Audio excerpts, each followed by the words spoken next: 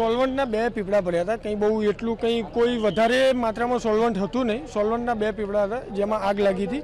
એના લીધે એની બાજુવાળી દુકાનમાં પણ આગ લાગી હતી. કદાચ શોર્ટ સર્કિટના કારણે આગ લાગી હોય.